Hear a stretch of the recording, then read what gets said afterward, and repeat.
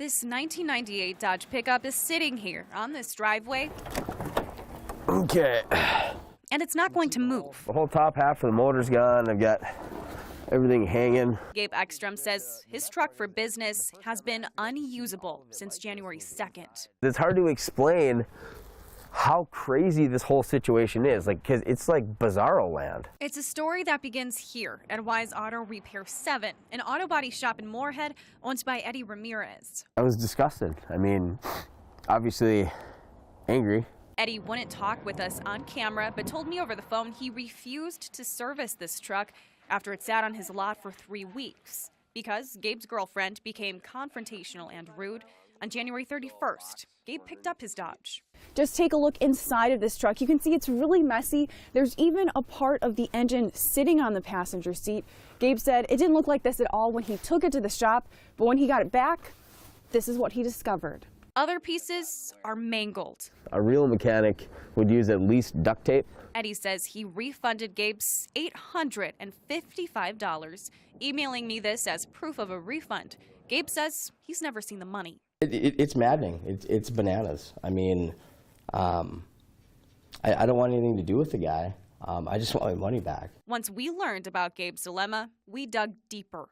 2 former customers filed complaints with the Better Business Bureau, including Mark Griffith. He lies like an alcoholic drinks, basically.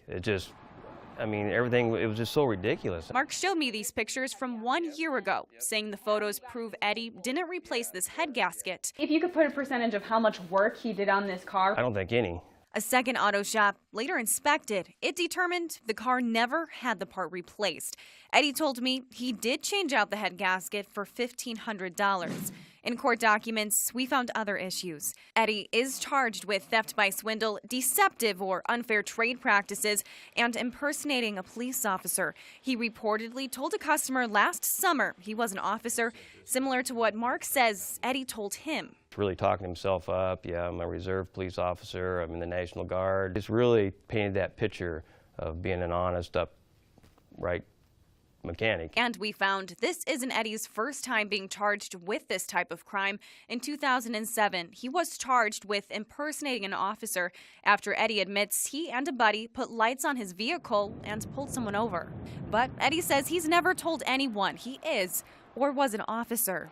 Eddie told me over the phone he, quote, feels bad about the situation Gabe is in, but that he hasn't done anything wrong to customers. Today, Gabe's truck is still unusable, and Mark sold his before even repairing it because he says it cost too much. But Mark did get his $1,500 back through his credit card's fraud protection. Both admit they didn't do any vetting. I was just gullible. It was definitely a mistake. That mistake costing thousands of dollars. Angela McCall, WDAY 6 News.